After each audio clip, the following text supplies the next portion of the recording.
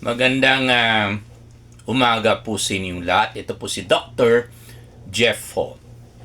Itutuloy po natin yung pag-usapan natin tungkol sa yung kalokohan again na ginawa at patuloy pa rin na ginagawa ng mga kriminal na inchik galing sa China.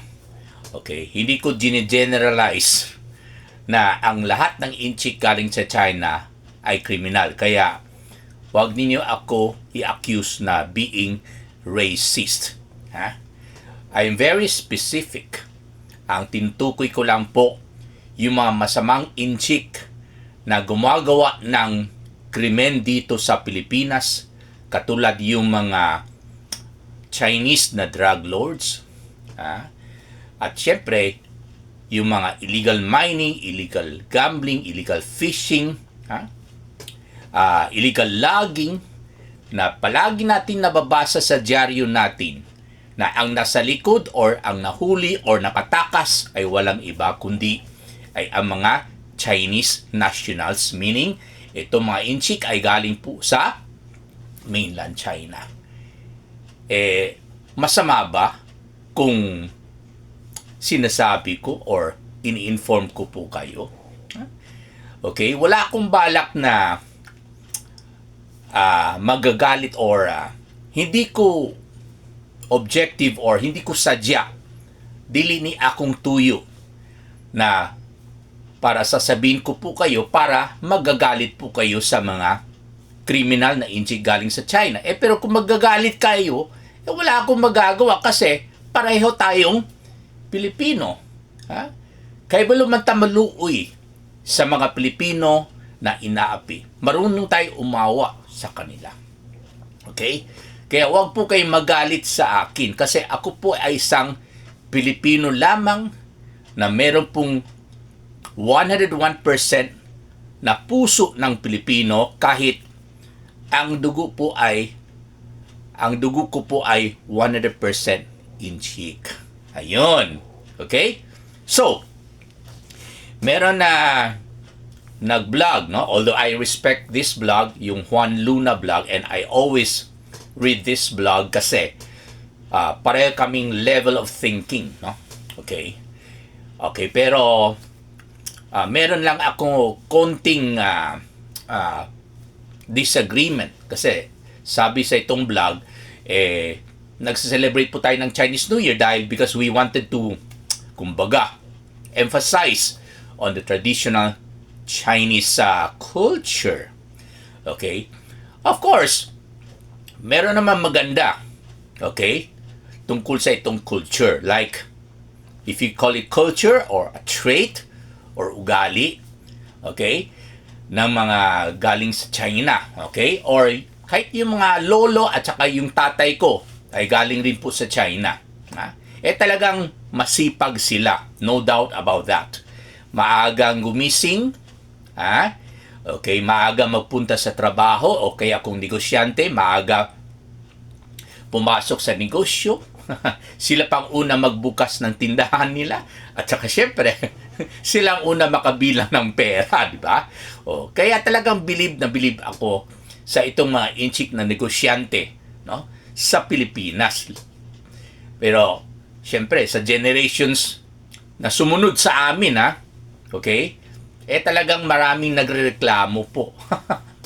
Ang mga tatay at saka lolo nila, nagrereklamo, ang tabad daw ang kanilang mga anak at ang kanilang maapo. Kaya iniiwan sila sa bahay na lang, natutulog pa. Pero sila, itong mga tatay at lolo ay pumupunta na sa tindahan or sa mga negosyo nila. At saka, talagang they are really very thrifty or frugal. Talagang kuripot. Talagang marunong magtipid. Ayan. Kaya palagi natin sinasabi na kumbaga ang kanilang mga actions, no, are the ones doing the talking. Hindi yung bibig nila. Kaya po yung mga kapitbahay or yung mga ibang negosyante na tamad, naiinggit. Ha? Ayan. Bukas na naman ang bibig. O, yun. Lalong talo pa rin. Lalong matatalo kasi. Yun nga hindi man tayo manalo sa negosyo kung puro bibig lamang. Or yung inggit. Of course, bibig, sales talk, that's good. Pero kailangan yung action, yung talagang sipag at tiyaga. Ayun. So, yun po ang maganda na pinapakita sa atin, okay, na mga inchik galing sa China. Pero the rest, parang wala na yata puro mga illegal At anong nakikita natin sa mga inchik na negosyante dito sa Pilipinas? Lalo yung mga sobrang yaman. Ang gusto lang yata nila mananatili na sa Forbes list. Yumaman po sila, alalahanin po ninyo kayo mga napakayaman na inchik, mga milyonaryo o bilyonaryo. Alalahanin po ninyo na ang nagpapayaman po sa inyo ay ang mga Pilipino na empleyado. Kaya, as a matter of gratitude, we have to share our blessings. Hindi lang okay na yung minimum na sahod mo. Kasya na yan. Paano may kasya yan kung 5 miyembro sa pamilya? Paano maka-fatsoy ang mga Pilipino? Kaya palagi ko sinasabi ito, naku, wag na kayo mag-celebrate ng Chinese New Year kasi hindi talaga kayo maka-fatsoy or hindi kayo aasenso. How can you live in prosperity and abundance with just your minimum wage?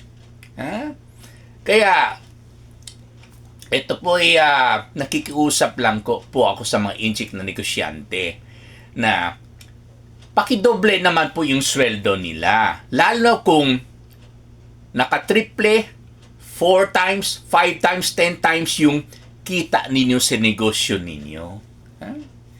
Okay, may mga pasyente nagpunta sa akin last year daw.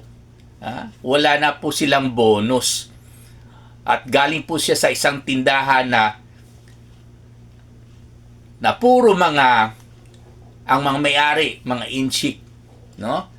Na sabi naman rin po niya na halos lahat daw sa mga tindahan malapit sa kanila ay hindi na po binibigyan ng bonus. Pero pag tinatanong ko, baka hindi kumita? Sabi niya, paano hindi kumita? Dok na. Bili ng bagong sasakyan. Ayan! Ayan! Kaya po siguro, hindi na po kayo makapagbigay ng bonus kasi puro bulsa, bili. At ang tanong ko lang po is, paano na naman kayo ma-fatsoy, kayo mga Pilipino, at magse-celebrate naman kayo ng Kung Hei Fatsoy? Anyway, kaya kung meron naman masamang pinapakita ng mga inchik na negosyante, yung sakim sa pera, masyadong selfish to the point of being greedy.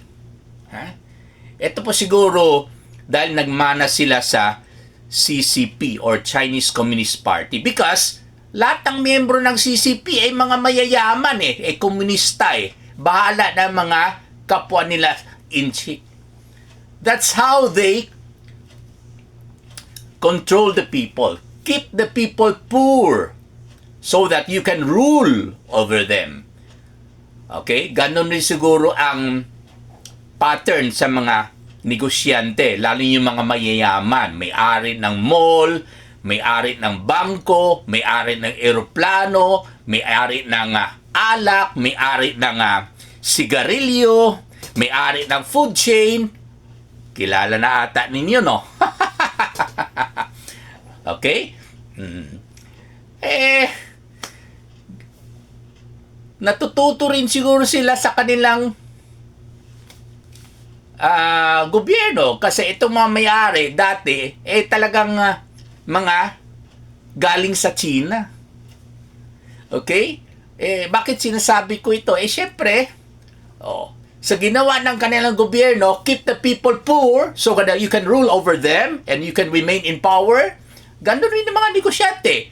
Huwag masyado ipayaman ang mga empleyado. Baka mamaya magkakaroon sila ng kapital at pwede silang gumawa ng negosyo pareho sa atin para magkumpetensya. Ayan! Yun po ang talagang nangyayari. So, ang tanong ko na po sa mga Pilipino, paano kayo maka-fat choy niyan sa minimum na sahod ninyo? Okay? So, sa naririnig po natin, kahit ako mismo, nabibiktima po tayo sa, kumbaga unfair business practice.